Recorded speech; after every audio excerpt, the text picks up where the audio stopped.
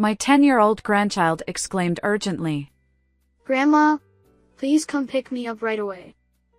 It was late at night, and I jolted awake at the sound of their voice. Just a month prior, my son's wife tragically passed away in an accident. Since then, my son and grandchild have been navigating emotionally turbulent days. As a result of the strain between them, my grandson ran away from home and was missing for a week. I need to contact your dad immediately.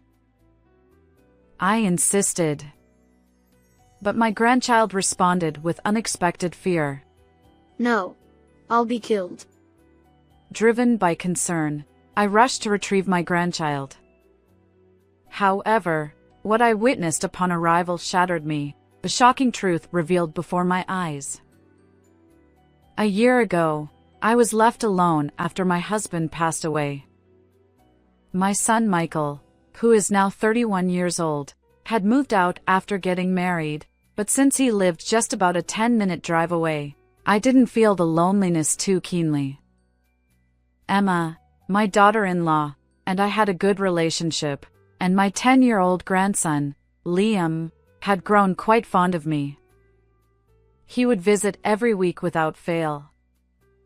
I used to think, perhaps spending my remaining years surrounded by my son's family isn't such a bad idea. However, little did I know that I would soon be caught up in an unimaginable situation. Looking back, there came a point when I felt something was amiss with my son's family. Wait, where's Dad again today? Yeah, he's busy with work.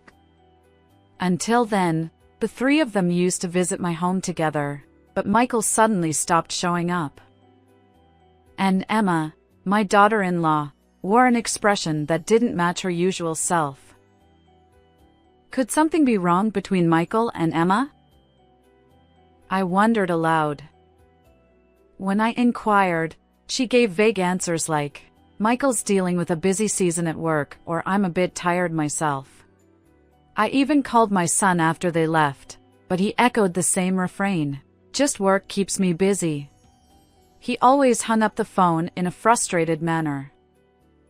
Since losing my husband, my son's family has been a source of strength for me. I wanted to help if they had any troubles, but the situation remained unclear, leaving me powerless.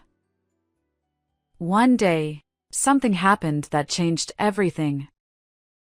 My grandchild whispered to me while Emma was in the restroom. Lately, Mom and Dad have been arguing a lot. Wait, what do you mean? I'm not sure, but both of them just don't laugh much anymore. Liam looked troubled as he shared this secret with me.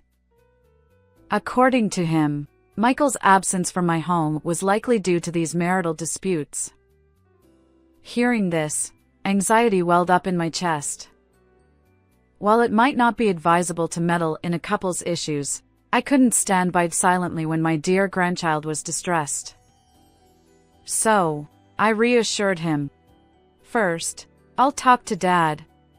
I will find a way to help. You can trust that." With Liam still looking uneasy, I made up my mind.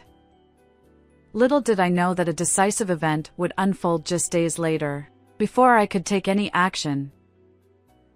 My son Michael's words hit me like a thunderbolt. "Emma, she was in an accident." It was one evening while I was going about my usual household chores. His call was unusual, and the shocking revelation left me speechless. Wait! Is Emma okay? No. By the time I received the call, it was too late. Emma, on her way home from an outing, had been struck by a car. Pinned between the vehicle and a guardrail, she had already taken her last breath by the time the ambulance arrived. To make matters worse, the perpetrator fled the scene, leaving us with no reliable witnesses or surveillance footage. She had lost her life abruptly. The days that followed were a whirlwind of viewing and funeral preparations. Mom, I want to see you. My grandson, Liam, couldn't bear the farewell to his mother. Throughout the funeral, he wept inconsolably, and my heart tightened in response. Even as Emma's mother-in-law, I was profoundly shaken. The grief of losing a partner for Michael and a mother for Liam is immeasurable. However, the tragedy didn't end there. As I worried about the mental state of both of them, an unsettling atmosphere began to settle. "Hey, I haven't seen either of you much since the funeral. Are you both doing okay?" Yeah, I'm just busy with work. "But you both must still be processing everything, and I'm concerned." Enough already. Stop bothering me. On a Saturday morning, a month after the funeral, I decided to call my son and check on their well-being. But Michael's anger on the phone left me frozen. Ever since Emma's passing, he had become increasingly distant. Not only did he avoid meeting me, but his phone conversations were filled with frustration. His temperament seemed even more volatile than before. When I asked him to let Liam speak, he'd brush me off with excuses like, he's out running errands or he's already asleep. And then, the final blow. There's no need to talk to Mom. Don't call again. Michael may call me persistent, but I only spoke to him once a week, and that too for just a few minutes. Clearly, he wasn't in a normal state of mind, likely still grappling with shock. It's a difficult situation, worrying about my son and my 10-year-old grandson who live together. I think I'll go check on them in person, I resolved. And so, I set out to visit their home. The next day, when I faced my son, I noticed something amiss. Michael exclaimed, What's your intention, suddenly showing up like this? "I came to check on you because you seemed overwhelmed." "But, where's Liam?" Michael, who had a day off from work, reluctantly let me into the house, but there was no sign of my grandson. As I looked around anxiously, he let out a heavy sigh. Oh. Liam? He hasn't been here since last night. His words left me wide-eyed. Run away! That's serious! We need to find him quickly! It's not that big of a deal. I know where he is. As I panicked, Michael continued with an exasperated tone. Apparently, Liam frequently stays over at a friend's house nearby, and it's not uncommon for him not to return for a long time. It must be because he's anxious about losing his mom. That's why he's out playing. Anyway, I've been in touch with the other parents, and we should just let Liam be until he's ready. More importantly, Mom, please come home soon. In the end, I yielded to Michael's insistence and returned home, but a lingering unease remained in my heart. Something is definitely off. And sure enough, a week later, my anxiety would prove justified. That night, already late into the evening, I was getting ready for bed. Suddenly, there was a call from my son's cell phone. Suspicious of the unexpected call, I answered, only to hear Liam's desperate voice on the other end. "Grandma, please come pick me up right away. I'm all alone. I don't know what to do anymore." Wait! First, I need to contact your dad. But in the next moment, Liam's voice pierced my ears with urgency. "No, I'll be killed. Please, Grandma, you're the only person I can rely on." Without hesitation, I rushed out of the house. The urgency of the situation was undeniable.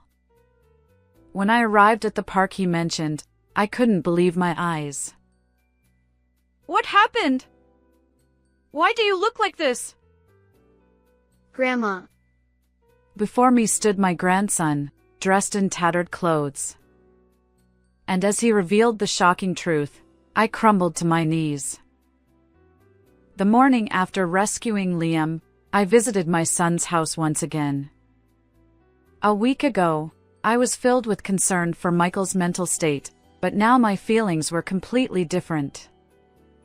Liam's account seemed almost unbelievable, but if it were true, I couldn't easily forgive my own son. When I rang the doorbell, Michael reluctantly appeared, looking annoyed. You again, Mom! What's your sudden visit about? Taking a deep breath, I faced my irate son. While my thoughts were far from organized, I needed to ascertain the truth. I've heard everything from Liam. Right now, he's at my place. Huh? Michael's response was puzzling. I continued. You haven't been coming home much lately. As I quietly delivered this message, Michael's face tensed. Yesterday, at the park where I went to pick up Liam, he told me about the days since Emma's disappearance. It was summer vacation, and the elementary school was closed. Despite that, Michael rarely came home, leaving my grandson neglected. Not only did he neglect household chores, but he also returned from work in the early hours of the morning. At times, he didn't come home for several days. Perhaps that's why Liam couldn't take my calls on behalf of Michael. Michael was often away. It's also a lie that Liam went to a friend's house. He said he's never stayed at anyone's house. Enough! Maybe he just left on his own. Leaving your missing son alone for a whole week. What kind of parent does that? Weren't you worried about Liam? I clenched my fists as I confronted Michael. Maybe I didn't want to believe that my own son could be so irresponsible and callous. He's my son, so I can do whatever I want with him, right? Besides, I've been so shocked since Emma disappeared. I can't focus on anything. But as if to shatter my thoughts, he let out a deliberately sorrowful voice. Hearing those words, something inside me snapped. Michael is my son I raised alongside my late husband. Until the end, I wanted to believe he wasn't a bad person. But if he was determined to keep evading the truth, as a mother, I had to take responsibility. Well, if that's your intention, it's unfortunate, but I suppose there's nothing I can do. I quietly replied, extending a cell phone toward my bewildered son. Michael exclaimed, That's my phone. Why do you have it? I thought I lost it. Liam had it. Apparently, he decided to run away after seeing this phone. Do you understand the significance? As I spoke, Michael finally seemed to grasp his own predicament, and his face turned pale. The reason Liam, my grandson, had suddenly run away and refused to return home, even enduring hardship, was hidden within that cell phone. Facing a perspiring Michael, I recalled the shocking story Liam had shared with me the day before. Liam, left alone at home, discovered a message on Michael's forgotten cell phone. Curious about the notification, Liam hesitantly peeked into the phone. To his shock, he found a series of cryptic messages. Maybe it's better if she gets hit by a car and she always goes shopping at this time. These messages hinted at a sinister plot involving an unknown woman. Indeed, shockingly, Michael had conspired with that woman to devise a plan to harm Emma. From the messages, it can be inferred that Michael had fallen seriously for the woman at work and was determined to divorce. However, Emma had refused him due to their child. So, he planned and carried out a scheme against his wife. Looking back, it must have been around the time Michael stopped showing up at my house that Emma was approached by him about a divorce. After she disappeared, it also made sense that Michael didn't come home, leaving Liam alone, because he was with his lover. Furthermore, emboldened by their initial success, the duo decided to eliminate any obstacles, Liam included. Understanding this, Liam took Michael's cell phone as evidence and left the house.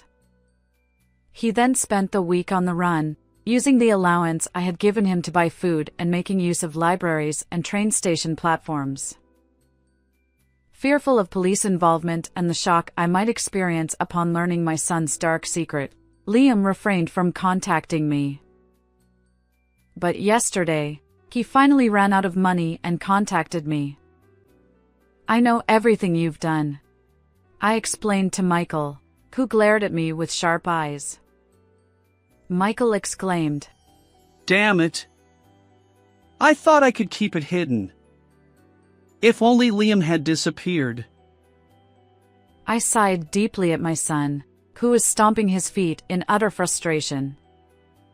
Truth be told, I wanted him to turn himself in, but it seems Michael has no intention of doing so. Even if he is my son, I cannot forgive someone who has harmed an important partner and even attempted to send his own child to the next world. Of course, I've already reported it to the police. They might come to investigate soon, I informed Michael. He opened his mouth in shock and leaned forward anxiously.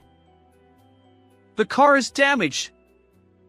If they investigate, it'll be exposed."